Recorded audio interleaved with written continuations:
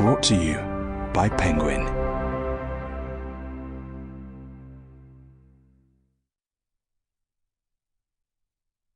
Snowfall by Jørn Lier Horst, read by Saul Reichlin. Chapter 1. The email appeared on his screen at 15:37 on Friday, 8th December. William Wisting was expecting a reply from the district court, having spent most of the day at a remand hearing. The prosecutor had requested 4 weeks' custody, and he was anxious about the outcome. However, the on-screen message was about something completely different. A forwarded email, it had gone to 4 other recipients before Mikkelsen at the Criminal Proceedings Unit had passed it on to him. The subject field was filled out in English. Inquiry re possible incident or accident. Glancing at the clock, Wisting understood that as far as the superintendent at the unit was concerned, it was simply a matter of clearing his desk and emptying his inbox before the weekend. Answered locally was the brief endorsement. The sender's name was Michelle Norris, and she had also provided a foreign phone number. She wrote that she was worried because she had not heard from one of her friends since 30th November. Prior to that, they had been in touch online several times a day, until this came to a sudden halt with no warning of any kind. In the internet forum where they had met, her friend used the nickname Astria. She had given Norway as her homeland and her age as 32.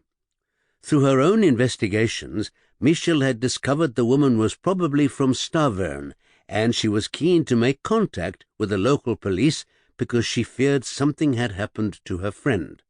Messages like this, expressing disquiet, were far from unusual. They came in many guises, arising from various circumstances, but this one was different. The sender did not actually know the true identity of the missing person. Wisting read through the message once more. He would have known if a 32-year-old woman had met with a serious accident during the past week, but he made a rapid check in the records all the same. 2 deaths had been notified to the police. One was a fatal overdose by a known drug addict. The case lay in one of the bundles of paper in Wisting's office awaiting a post-mortem report. The other was a suicide, both these cases related to men. There had been a number of accidents, mostly road traffic incidents, at the time of the first snowfall, but one was a work accident at the harbour where a man had been crushed between a machine and a container, and another had been at the recycling depot when caustic fluid had spilled on a woman's hands. In other words, nothing of any relevance to the message from Michelle Norris. The latest news from the district court now popped up on his screen. They had been granted a fortnight's custody.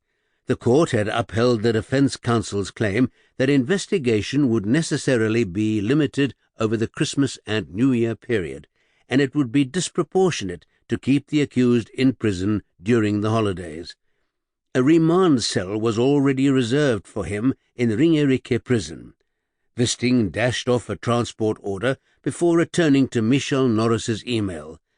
Composing a short, reassuring reply in English about the inquiries he had made, he told her there was nothing to suggest anything untoward had happened to her friend. He sent the reply and logged off the computer system. Outside, it had begun to snow again. Collecting his jacket from its hook, he wrapped his scarf around his neck. Before he shut the office door, as he cast one last glance at his computer, it crossed his mind that he should really have added that nothing had happened to give grounds for concern, at least not as far as he or the police knew.